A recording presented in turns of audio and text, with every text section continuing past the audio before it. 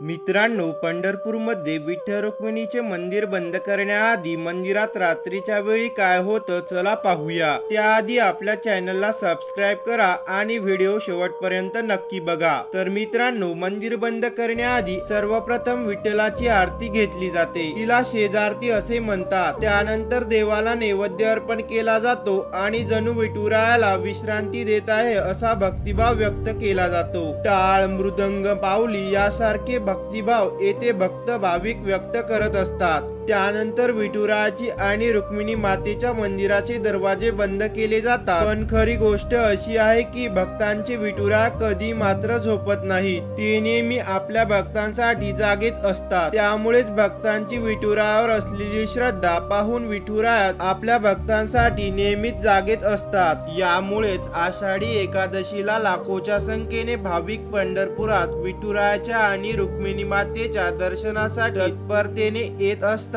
Video आवडला असेल तर कमेंट मध्ये नक्कीच रामकृष्ण हरी लिहा।